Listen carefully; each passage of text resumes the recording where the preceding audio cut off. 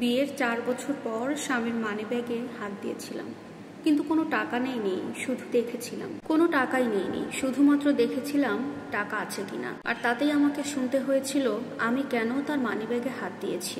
স্বামীর মুখে এই কথাটা শুনেই আমি একদম জমে ঠান্ডা হয়ে গেলাম। বিয়ের 4 বছর পরেও আমাকে এই কথাটা শুনতে হলো। স্বামীর মুখে এই কথাগুলো শুনে শাশুড়িমা পাশের ঘর থেকে দৌড়ে এলেন। এসে আমার শাশুড়িমা বলছেন, কিরে বাবা, এত চিল্লাচ্ছিস কেন? মীরা কি তোর পকেটে হাত দিয়েছে? ও কি টাকা চুরি করেছে?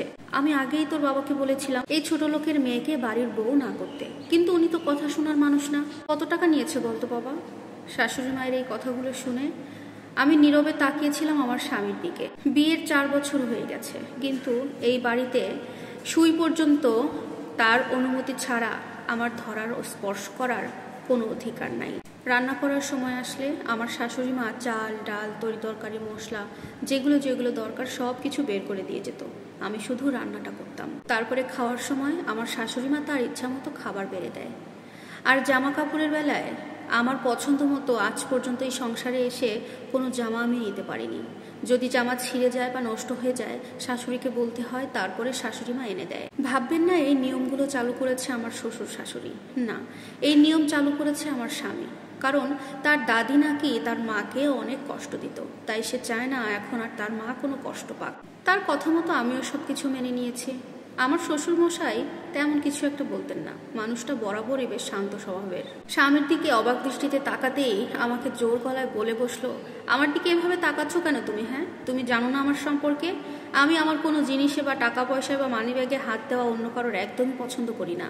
আমি মনের ভেতরে ঘৃণা, লজ্জায় মাথাটা নিচু করে ফেললাম।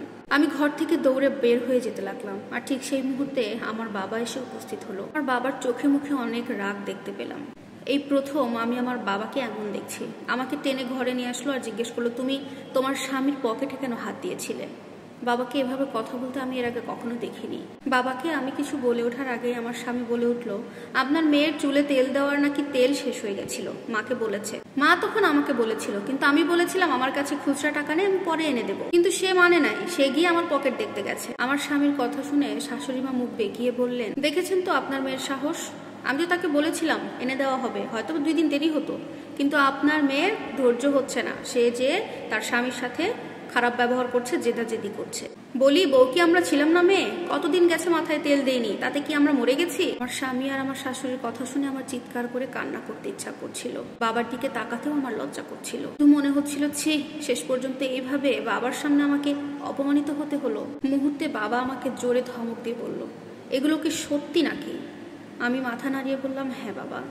তখন বাবা আমাকে বলল, তুমি অন্যায় করেছো, খুব বড় একটা ভুল করে ফেলেছো। শাশুড়ি আমার বাবার কথা শুনেই বলল, হ্যাঁ বেয়াই, ঠিকই বলেছেন, ও যে কত বড় ভুল করেছে এখন আপনিই বোঝেন, মেয়েকে তো একটু শিক্ষা দিতে পারতেন। তখন আমার বাবা আমার শাশুড়িকে জোরে একটা ধমক দেয় এবং বলে, আপনি চুপ করুন, আপনার সাথে কোনো কথা বলছি না, আমি আমার মেয়ের সাথে কথা বলছি। মীরা, তুমি অন্যায় করেছো, অনেক বড় ভুল করেছো। 4 বছর ধরে তোমার এই সংসারে বিয়ে হয়েছে, কিন্তু এই 4 বছরে তুমি এখনো পর্যন্ত তোমার স্বামীর পুরোপুরি অধিকার, এই সংসারের অধিকার তুমি অর্জন করতে পারোনি। এই কথাটা আমাকে না জানিয়ে তুমি ভুল করেছো। স্বামীর পকেটে হাত দেওয়ার কারণে যদি তোমাকে চোর অপবাদ শুনতে হয়, আমার মনে হয় না এই সংসারে তোমার কোনো প্রয়োজন আছে বা তোমার থাকার কোনো দরকার আছে। আর যাই হোক, 2টো ভাত কাপড়ের জন্য তোমাকে এই সংসারের মান সম্মান ধুলোয় মিশিয়ে থাকতে হবে না। বাবার এই কথাগুলো শুনে শাশুড়ি আমার বাবাকে বলল, বাবা বেয়াই, আপনি আপনার মেয়েকে শাসন করবেন কি, উল্টো আরো আমাদেরকেই কথা শোনাচ্ছেন। দেখ বাবা দেখ, এই জন্যই তোর বউয়ের এত বড় সাহস। এখন আমার স্বামী বলে বসলো, ও আচ্ছা তাই নাকি? এখানে আপনার মেয়ের সম্মান ধুলোয় মিশে গেছে? ঠিক আছে, ভালো কথা, তাহলে আপনি আপনার মেয়েকে নিয়েই যান, বরং এখন আপনি আপনার মেয়েকে ঘরের শোকেজে তুলে। আমিও দেখি আপনাদের ক্ষমতা, আমার কাছ থেকে আপনার মেয়েকে নিয়ে গিয়ে কতটা সম্মানে রাখতে পারেন, নিয়ে যান। বাবা সবার কথা শুনে হাসছে আর বলছে, আর যত যাই হোক, চোর অপবাদ তো শুনতে হবে না। আর বাবা, তোমাকে চিনতে আমি এত ভুল করেছিলাম, সেটা ভাবতেও আমার এখন লজ্জা লাগছে। আর যাই হোক, আমি আর আমার মেয়েকে তোমার কাছে রাখবো না। এই কথা বলে বাবা আমার হাত ধরে টানতে টানতে ঘর থেকে বের হয়ে যেতে লাগলেন। আমি ওই মুহূর্তে কি বলবো কিছুই বুঝতে পারলাম না। অন্যদিকে আমার স্বামীও চুপচাপ দাঁড়িয়ে আছে। শাশুড়ি নানা কথা শুনিয়ে চিৎকার করছে। আমার বাবা মাত্রই বাড়ির গেটটা পার হতে যাবে, তখনই আমার শ্বশুর পেছন থেকে ডাক দিয়ে বলে, কি বেয়াই, বৌমাকে নিয়ে কোথায় যাচ্ছেন আপনি? কি হয়েছে বলেন তো, আপনাকে দেখে এমন লাগছে কেন? শ্বশুর মশাই তারপরে আমার দিকে তাকালেন। আমি মাথা নিচু করে দাঁড়িয়েছিলাম, চোখ দিয়ে পানি পড়ছিল। আমাকে আমার শ্বশুর মশাই জিজ্ঞেস করলেন, তোমার কি হয়েছে বৌমা, কান্না করছো কেন? এভাবে তোমরা চলেই বা যাচ্ছ কোথায়? আরে দুইজনে চুপ করে থাকলে আমি জানবো কি করে, বলো না কি হয়েছে। কি আর বলবো বেয়াই, আমি তো কিছু বলার ভাষাই খুঁজে পাচ্ছি না। 4 বছর হয়েছে আপনার ছেলের সাথে আমার মেয়েকে বিয়ে দিয়েছি। আমার মেয়ে আপনার ছেলের পকেটে হাত দিয়েছে, আর এর জন্য আপনার স্ত্রী আর আপনার ছেলে আমার মেয়েকে চোর অপবাদ দিয়েছে। শুধু চোর অপবাদ দিয়েই ক্ষান্ত হয়নি, যা মুখে এসেছে তাই বলেছে। আচ্ছা, স্বামী স্ত্রীর সম্পর্কে যদি এতটুকু বিশ্বাস না থাকে, তাহলে কি সেই সম্পর্কের কোনো মূল্য আছে? আমার স্ত্রী শুধু আমার পকেটে হাত কেন দেবে? সে আমার পকেট থেকে টাকাও নিতে পারবে। সামান্য একটা বিষয় নিয়ে এত কথা কেন হবে? দেখুন বিয়াই, এই সমস্ত দেখে আমি আমার মেয়েকে কোনোভাবেই আর এখানে রেখে যাব না। আমরা মধ্যবিত্ত পরিবার হতে পারি, কিন্তু আমাদের আত্মসম্মান কোনো অংশে কোনো কিছুতে কম নেই। তখন আমার স্বামী এসে বলে, তা আত্মসম্মান খুব বেশি নাকি? শ্বশুরবাড়ি থেকে মেয়েকে বাসায় নিয়ে গিয়ে রাখলে বুঝি আপনাদের আত্মসম্মানের কোনো ঘাটতি পড়বে না, আরো বাড়বে? আমার স্বামীর কথা শুনে আমার শ্বশুর ক্ষিপ্ত হয়ে তাকে বকা দিলেন এবং চুপ করতে বললেন। আমার শ্বশুর আমার বাবাকে বললে, বেয়াই একটু ঠান্ডা হন, বাসার ভেতরে আসেন, আমি কথা বলছি। তখন আমার স্বামী বলে, না বাবা, ওনাদেরকে এত তেল দেওয়ার কিছু নাই, উনি ওনার মেয়েকে নিয়ে যাবেন বলেছেন, নিয়ে যাক, দেখি না কতদিন রাখতে পারেন। সবার সব কথা শেষ হলে আমার বাবা সবাইকে বুঝিয়ে সুঝিয়ে আমাকে বাড়ি থেকে নিয়ে চলে আসে। আমরা বাবার বাড়িতে যাওয়ার উদ্দেশ্যে একটা গাড়িতে উঠি, কিন্তু গাড়িতে ওঠার পরে খেয়াল করলাম আমার বাবার মুখটা একেবারে ভারী হয়ে গেছে। সত্যি কথা বলতে কোনো বাবাই চায় না তার মেয়ের সংসার ভাঙতে। সবকিছু ভেবে চিন্তে নিজেকে শক্ত করলাম, কারণ এখন যদি আমি ভেঙে পড়ি তাহলে বাবা নিজেকে সামলাতে পারবে না। প্রায় ঘন্টাখানেক পর আমরা বাড়িতে পৌঁছালাম। মা আমাকে বাবার সাথে দেখে অবাক হয়ে গেল।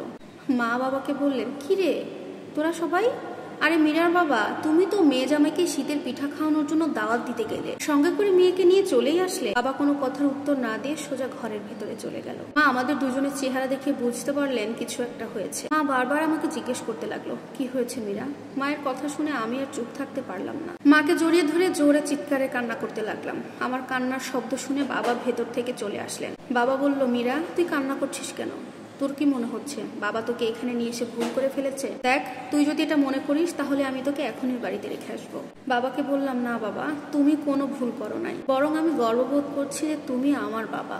কয়জন বাবা পারে বলতো মেয়ের অপমানের জবাব এভাবে দিতে? অন্য কেউ হলে হয়তো বা সমাজের ভয়ে, সম্মানের ভয়ে আমাকে ওইভাবে ওই বাড়িতেই রেখে আসতো। প্রিয় দর্শক, এই জীবনের গল্পটি নাটোর থেকে মীরা নামের একটি আপু লিখে পাঠিয়েছে।